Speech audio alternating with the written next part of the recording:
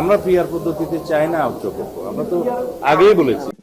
আজকের রাজনৈতিক হালচালের সংক্ষিপ্ত কিন্তু জোরালো খোলাসা আজ জানবো তারই বিস্তারিত।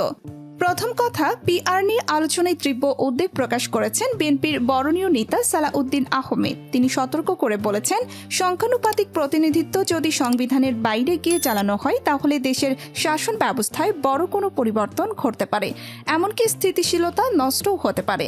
সালাউদ্দিন এই মন্তব্য করেছেন সাম্প্রতিক এক অনুষ্ঠানে।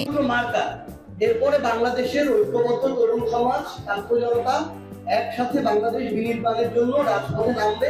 এদিকে আবার জাতীয় নাগরিক পার্টির এনসিপি শাপলা প্রতীক না পেলে তাদের প্রতিকার রাজপথে খুঁজে নেওয়ার হুঁশিয়ারি দিয়েছেন দলের উত্তরাঞ্চলের মুখ্য সংগঠক সার্জিস আলম। তিনি বলছেন, আইনি কাগজপত্র দিয়ে সমস্যা না মিটলে রাজনৈতিক রাস্তায় নামা তাদের শেষ উপায় হবে। এই দাবির পেছনে তিনি তুলে ধরেছেন নির্বাচনকালীন অনিয়ম, জুলাই সনদ এবং মৌলিক সংস্কারের দাবি। শাপলা চেয়েছিল কিন্তু নাগরিক ঐক্য, মাহমুদুর রহমান মান্নার যে দল আছে নাগরিক ঐক্য, তো ওরা কিন্তু প্রথম চেয়েছিল।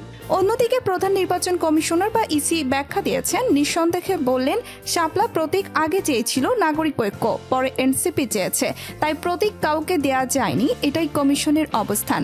সাথেই তিনি রাজনৈতিক দলগুলোকে নির্বাচনের মাঠে ফাউল বা নিয়ম বহির্ভূত আচরণ না করার আহ্বান জানিয়েছেন।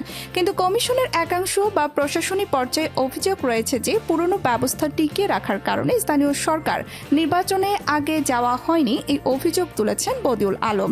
তিনি বলেন, স্থানীয় নির্বাচন কেন্দ্রিক সংস্কার না করে জাতীয় স্তরে খেলা খেললে সমস্যা দেখা দেবে, তাই পরিবর্তনের প্রক্রিয়া আড়ালে পড়েছে। এই সব মিলিয়ে সৃষ্টি হয়েছে একটি তীব্র রাজনৈতিক আলোচনার রসিদ। একদিকে পিআর এর সম্ভাব্য প্রভাব নিয়ে স্বতন্ত্র সতর্কতা, অন্যদিকে প্রতীক ও প্রতিদ্বন্দ্বিতার ইস্যু দেশের নির্বাচন বহুল রাজনীতিকে ফের উত্তপ্ত করার ইঙ্গিত দিচ্ছে। তার কারণ, প্রথমত পিআর বা সংখ্যানুপাতিক প্রতিনিধিত্ব নিয়ে যে ভয় প্রকাশ করা হচ্ছে তা কেবল তাত্ত্বিক নয়, বৃহত্তর রাজনৈতিক কৌশল ও আসন বন্টনের ফলে বাস্তবে ক্ষমতার ভারসাম্য বদলে যেতে পারে। ফলে রাজনৈতিক দলগুলোর ট্যাকটিক, জোট বাঁধা ও জনমত তৈরির পদ্ধতিতেও গভীর প্রভাব পড়ে। দ্বিতীয়ত, প্রতীকের মতো প্রতীকী ইস্যু কোনো দলীয় পরিচয়ের প্রতীক মাত্র নয়, এটি ভোটদানের এবং ভোট প্রচার পরিচালনার সরাসরি হাতিয়ার। প্রত্যেক বিতরণ যদি অনৈতিহাসিক বা অনিয়মজনিত হয় তাহলে ছোট দলগুলোকে ভোট ব্যবস্থার অংশগ্রহণ থেকে বঞ্চিত করা যায়, এটাই সার্জিস আলমের মূল ক্ষোভ। তৃতীয়ত, কমিশনের অবস্থান এবং ফাউল করা যাবে না আহ্বান উভয়ই গুরুত্বপূর্ণ। কমিশন নিজে যে সীমায় কাজ করছে তার শাসনযোগ্যতা দেখায়, কিন্তু রাজনৈতিক খেলাঘরে যদি খেলোয়াড়রা নিয়ম ভাঙার মনস্থ করে তাহলে রেফারির নিয়ন্ত্রণই কপালে ঝুলে থাকবে, এটাই সিইসির আশঙ্কা। এবং চতুর্থত, বদিউল আলমের অভিযোগ, পুরনো ব্যবস্থা টিকিয়ে রাখতে স্থানীয় নির্বাচন আগে করা হয়নি, তাহলে বোঝা যায় প্রশাসনিক সংস্কার ছাড়া কেন্দ্রীয় বা জাতীয় নির্বাচন যথার্থ ফল দেবে না।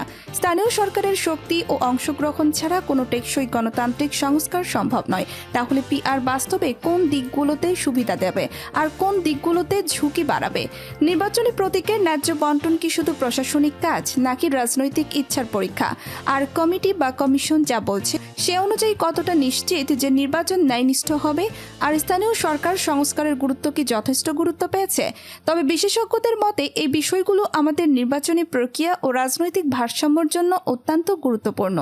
ভিডিওটি যদি আপনাদের ভালো লেগে থাকে তাহলে লাইক দিতে ভুলবেন না।